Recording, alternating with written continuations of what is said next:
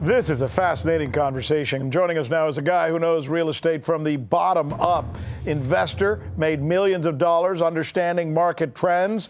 Tens of thousands of people tune to him to find out what he has to say. His latest expertise, he's bottled this, pandemic investing. It's actually, I think, called pandemic investment. We welcome Jason Hartman. By the way, just to be completely honest, I've kind of become a fan. I've been watching his videos, seeing what he has to say, even listen to his podcast a little bit. I want to tackle two things with you, Jason. First is there a looming crisis? Number two, what will be the big trend that comes out of this? Let's start with the crisis first. Rick, great question. It's good to be here. And the circumstances in some ways are very dire. And the question when it comes to real estate is what type of real estate and where. There are three basic types of real estate markets in the entire world: linear, cyclical, and hybrid markets.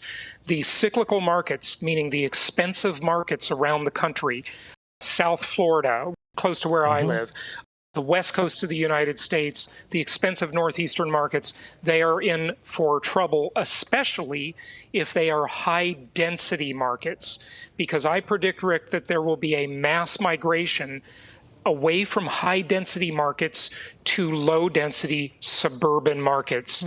I think we are going to see a major rise, a resurgence in suburban living. And I guess, if I can fill in the rest of the enthymeme here, two reasons. A, people can work from home because they don't want to be in elevators surrounded by other people. And B, the new technology allows it to happen. Right. And the interesting thing about that, Rick, is that the technology isn't that new. We've been able to do this for quite a while, as you know.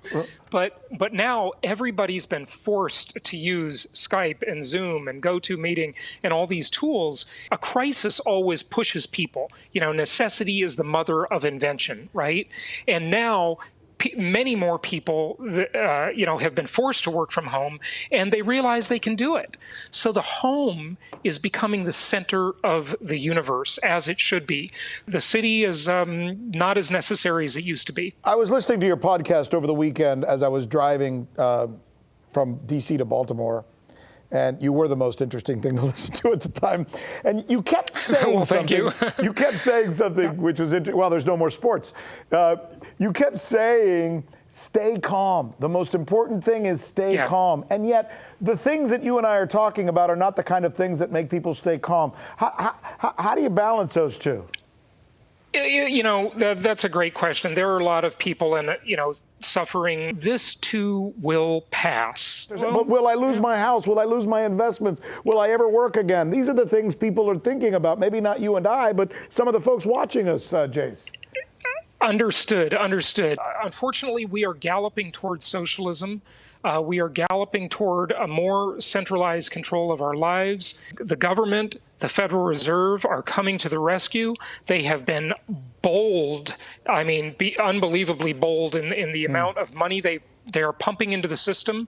There will be more. This is an absolutely historic time. Helicopter money. It's truly incredible what's happening. Helicopter money. Helicopter money. It just keeps coming, and nobody knows where it's like magical money, right? Yep.